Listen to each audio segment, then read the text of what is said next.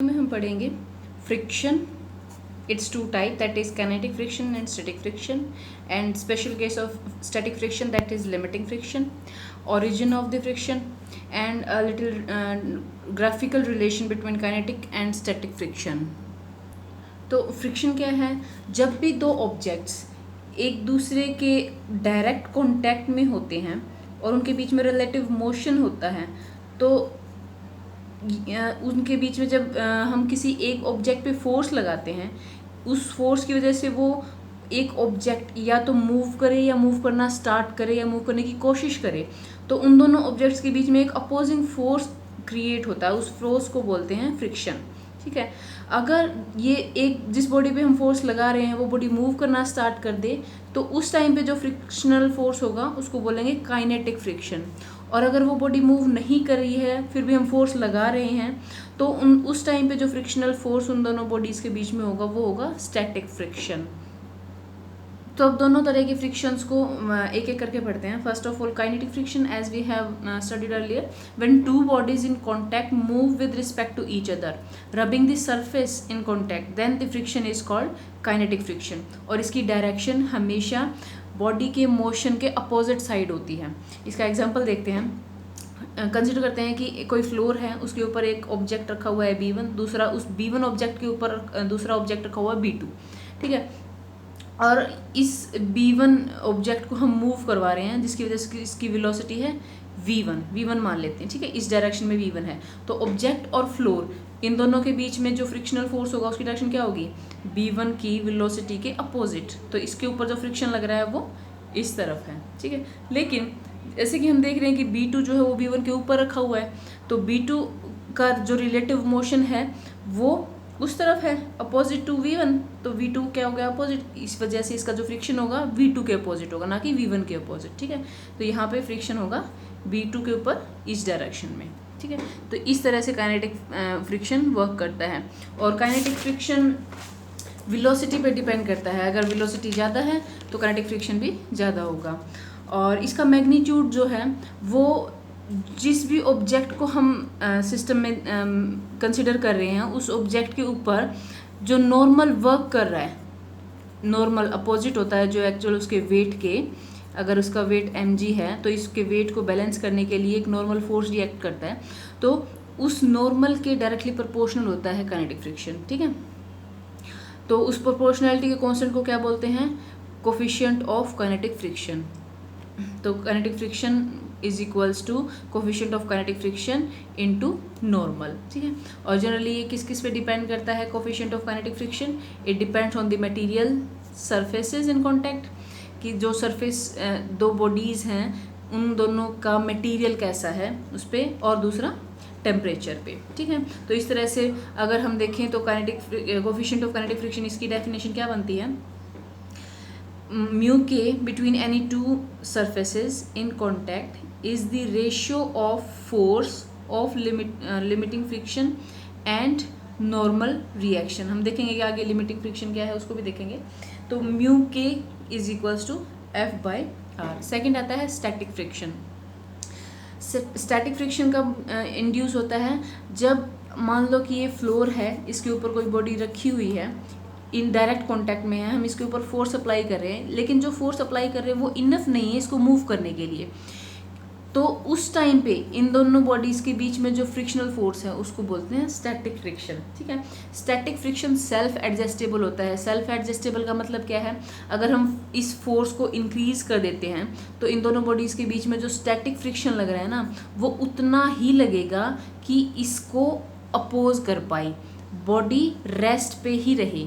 Net जो force है applied force और फ्रिक्शनल फोर्स, उन दोनों का सम हमेशा जीरो रहे. तो स्टैटिक फ्रिक्शनल फोर्स अपने आप को एडजस्ट करता है according to the applied force. इसलिए सेल्फ एडजस्टिंग फोर्स कौन सा है? Static frictional force. ठीक है. अच्छा, जब हमने मान लो कि बॉडी पे फोर्स लगाया, ठीक है, इस पे हम फोर्स लगा रहे हैं, इस फोर्स को इंक्रीज करते गए, कोई एक ऐसी वैल्यू आएगी इस फोर्स की जिससे ऊपर अगर हमने फोर्स लगाया तो ये जो बॉडी रखी हुई है, ये जो ऑब्जेक्ट रखा हुआ है, ये मूव करना स्टार्ट कर देगा. ठीक है. तो जब ये बॉडी मूव करना स्टार्ट करे उससे जस्ट पहले जो स्टैटिक फ्रिक्शन है, मतलब स्टैटिक फ्रिक्शन की मैक्सिमम वैल्यू, उसको बोलते हैं लिमिटिंग फ्रिक्शन। ठीक है, limiting friction is a special case of static friction. Okay, इस स्टैटिक फ्रिक्शन भी नॉर्मल जो बॉडी पे लगता है नॉर्मल फोर्स, जो कि उसके वेट mg को बैलेंस करता है, उसके डायरेक्टली प्रोपोर्शनल होता है। और स्टैटिक फ्रिक्शन के केस में जो प्रोपोर्शनलिटी कांस्टेंट है वो होता है कोफिशिएंट ऑफ स्टैटिक फ्रिक्शन। ठीक है, जनरली जो कोफिशिएंट ऑफ स्टैटिक फ्रिक्शन है वो कोफिशिएंट ऑफ काइनेटिक फ्रिक्शन से हमेशा बड़ा होता है। वो क्यों होता है वो भी हम एक नेक्स्ट टॉपिक में डिस्कस करेंगे। उससे पहले हम पढ़ लेते हैं कि ओरिजिन क्या है फ्रिक्शन की, फ्रिक्शन क्यों प्रोड्यूस होता है। दो बॉडीज जब मूव करती हैं एक दूसरे के कॉन्टैक्ट में आके, तो फ्रिक्शन क्यों, अपोज क्यों होता है उनका मोशन। तो ओल्ड व्यू तो ये कहता है कि जो बॉडीज रफ होती है ना, किसी भी बॉडी की, मान लो ये कोई ऑब्जेक्ट है, ये दो कोई ऑब्जेक्ट है, इसकी सरफेस इस तरह से है, ये रफनेस को शो कर रही हैं, और दूसरी कोई बॉडी है उसकी भी इस तरह से कुछ रफनेसेस हैं सरफेस पे, तो ये जो रफनेस है, इरेगुलरिटीज है, वो एक दूसरे के अंदर इंटरलॉक हो जाती है और उसकी वजह से फ्रिक्शन आता है। उसकी वजह से हम जो फोर्स अप्लाई कर रहे हैं वो उसको मूव नहीं करवा पाता, क्योंकि ये इरेगुलरिटीज एक दूसरे के अंदर लॉक हो जाती है। ये था ओल्ड व्यू। ठीक है, लेकिन इस ओल्ड व्यू की वजह से नॉर्मल तो लगता है कि हाँ ऐसा ही होगा, लेकिन कुछ लिमिटेशंस हैं। 2 लिमिटेशन हैं, 3। फर्स्ट तो ये है कि अगर ओल्ड व्यू माने कि इरेगुलरिटीज़ है उसकी वजह से है, तो इसके हिसाब से तो अगर एरिया बढ़ेगा तो लॉक सिस्टम ज़्यादा हो जाएगा और इसकी वजह से फ्रिक्शन ज़्यादा होना चाहिए। ठीक है, लेकिन एक्चुअल में ऐसा होता नहीं है। एरिया के ऊपर फ्रिक्शनल फोर्स डिपेंड करता ही नहीं है। एरिया बेशक बढ़े या घटे, फ्रिक्शन अगर दो बॉडीज़ के बीच में फिक्स्ड है तो वो फिक्स ही रहेगा। ठीक है, सेकंड क्या है, second according to old view, when surfaces are extra smooth, बिल्कुल एक्स्ट्रा स्मूथ सरफेस है तो उस टाइम पे तो फ्रिक्शन होना ही नहीं चाहिए। क्यों? क्योंकि उस एक्स्ट्रा स्मूथ सरफेस होगी तो इरेगुलरिटीज़ नहीं होंगी और उस टाइम पे फिर फ्रिक्शन होना ही नहीं चाहिए। लेकिन ऐसा नहीं होता। आप एग्जांपल ले लो कि 2 पन्नी है, पतली पतली जो ट्रांसपेरेंट पन्नी आती है, पॉलीथीन आते हैं, वो जब एक दूसरे बिल्कुल फ्रेश पीस होते हैं, एक दूसरे के ऊपर अगर हम उनको रखते हैं और फिर टेंजेंशियल फोर्स लगा के उनको एक दूसरे से दूर करने की कोशिश करते हैं तो वो नहीं होते जल्दी से, उनके ऊपर हमें ज़्यादा फोर्स लगाना पड़ता है। तो अब वो तो बिल्कुल स्मूथ है, फिर तो उनके अंदर फ्रिक्शनल फोर्स होना ही नहीं चाहिए था। तो ये चीज़ भी ओल्ड व्यू से एक्सप्लेन नहीं होती है। तो इसको बैलेंस करने के लिए मॉडर्न व्यू साइंटिस्ट ने थोड़ा और दिमाग लड़ाया और सोचा कि ऐसा क्यों होता है। तो रिजल्ट ये मिला कि जब एक्चुअल में ये जो इरेगुलरिटीज़ है ना, इरेगुलरिटीज़ वो एक दूसरे में इंटरलॉक नहीं होती, ये रीज़न नहीं है। उन्होंने बताया कि जो इरेगुलरिटीज़ के ऊपर जो 2 बॉडीज़, मान लो कि ये B1 है और ये B2 है, जब ये एक दूसरे के ऊपर स्लाइड करती हैं या रखी हुई हैं, नॉर्मली रखी हुई हैं, तो इनकी इरेगुलरिटीज़ की जो हाइप्स हैं ना, उनके जो मॉलिक्यूल्स हैं सिर्फ वो ही टच होते हैं। अच्छा, दूसरी चीज़, जब ये टच होते हैं ना तो ये 2 इस बॉडी के मॉलिक्यूल और इस बॉडी के मॉलिक्यूल इतने पास होते हैं कि एटॉमिक फोर्स उनके बीच में क्रिएट होने लगते हैं, बॉन्ड्स क्रिएट होने लगते हैं।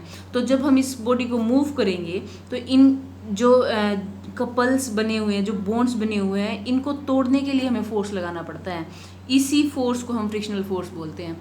ये था मॉडर्न व्यू। ठीक है, अब इस मॉडर्न व्यू के अकॉर्डिंग एरिया, फर्स्ट जो लिमिटेशन थी ओल्ड व्यू की वो ये थी ना कि एरिया के साथ फ्रिक्शनल फोर्स क्यों नहीं बढ़ता। तो ये मॉडर्न व्यू बताता है कि एरिया एक्चुअल में दिखता तो है कि ये दोनों टच में है, ये इतना सारा एरिया जो है वो कॉन्टैक्ट में है, लेकिन एक्चुअल एरिया ऑफ कॉन्टैक्ट थोड़ा ही होता है। तो इसलिए एरिया पे डिपेंड ही नहीं करता। एक्चुअल में तो बहुत ही कम टच होती हैं एक दूसरे की बॉडीज़। सेकेंड था कि अगर स्मूथ होंगी, 2 सर्फेसिस एक्स्ट्रा स्मूथ होंगी तो फ्रिक्शन ख़त्म हो जाना चाहिए, है ना, ओल्ड व्यू के अकॉर्डिंग। लेकिन ऐसा होता नहीं है। क्यों नहीं होता है? ये तो इसलिए होता है कि अगर एक्स्ट्रा स्मूथ होंगी तो बॉन्ड्स जो है वो ज़्यादा बनेंगे, उसकी वजह से फ्रिक्शनल फोर्स ज़्यादा होगा। ठीक है, तो ये चीज़ मॉडर्न व्यू से एक्सप्लेन होती है कि एक्स्ट्रा स्मूथ सरफेसेस के बीच में एक्स्ट्रा फ्रिक्शन क्यों होता है, क्योंकि बॉन्ड्स एक्स्ट्रा बन जाते हैं और उन बॉन्ड्स को तोड़ने के लिए फोर्स भी एक्स्ट्रा लगाना पड़ता है। ठीक है, एक तीसरी चीज़ और है कि जब फ्रिक्शनल फोर्स होता है तो हीट क्यों प्रोड्यूस होती है। तो ये चीज़ भी मॉडर्न व्यू से हम बता सकते हैं क्यों होती है हीट प्रोड्यूस। कि जब बॉन्ड्स टूटेंगे ना, जब बॉन्ड टूटेंगे तो डिफॉर्मेशन होगी। ठीक है, और वो डिफॉर्मेशन पूरे लेटिस में फैलेगी वाइब्रेशन के थ्रू। ठीक है, उस वाइब्रेशन की वजह से हीट प्रोड्यूस होती है, ठीक है। एटम्स वाइब्रेट करते हैं और हीट प्रोड्यूस होती है जब दो बॉडीज एक दूसरे के ऊपर स्लाइड करती हैं, ठीक है। Last thing is kinetic friction ज़्यादा है या स्टैटिक फ्रिक्शन ज़्यादा है या लिमिटिंग फ्रिक्शन ज़्यादा है। इन तीनों का कंपैरिजन अगर हम देखें तो इस ग्राफ को से समझते हैं। ये है अप्लाइड फोर्स जैसे जैसे, और ये है फोर्स ऑफ फ्रिक्शन। हम अप्लाइड फोर्स बढ़ा रहे हैं, ये एक पार्टिकुलर पॉइंट है जहाँ तक बॉडी मूव ही नहीं कर रही है, ठीक है। तो जैसे जैसे अप्लाइड फोर्स बढ़ाएंगे स्टैटिक फ्रिक्शन भी बढ़ता जाएगा, ठीक है। इसलिए ये जो लाइन है ये लीनियर है। अच्छा, ये कोई पॉइंट आया, इसके जस्ट बाद बॉडी मूव करना स्टार्ट कर देती है, तो वो पॉइंट क्या होता है जहाँ पे स्टैटिक फ्रिक्शन मैक्सिमम, वो होता है लिमिटिंग फ्रिक्शन। तो ये वैल्यू है लिमिटिंग फ्रिक्शन की और यहाँ से यहाँ तक वैल्यू है स्टैटिक फ्रिक्शन की। उसके बाद ये वैल्यू गिरी क्यों है? ये काइनेटिक, आगे काइनेटिक फ्रिक्शन शुरू हो जाता है ना, क्योंकि बॉडी मूव करना स्टार्ट कर देती है। तो ये काइनेटिक फ्रिक्शन कम क्यों हुआ? कम इसलिए हुआ जब ये दो बॉडीज़ एक दूसरे के ऊपर मूव करना स्टार्ट कर देती हैं, तो ये जो कॉन्टैक्ट्स बनते हैं ना, ये बहुत कम टाइम के लिए बनते हैं और ये इतने स्ट्रॉन्ग नहीं बन पाते। तो इनको तोड़ने के लिए भी हमें कम फोर्स लगाना पड़ता है, तो इनके बीच में इसलिए कम फ्रिक्शन होता है, ठीक है। तो इसलिए काइनेटिक फ्रिक्शन लिमिटिंग फ्रिक्शन से हमेशा कम होता है। Kinetic friction is always less than limiting friction, ठीक है। So this is all for this video.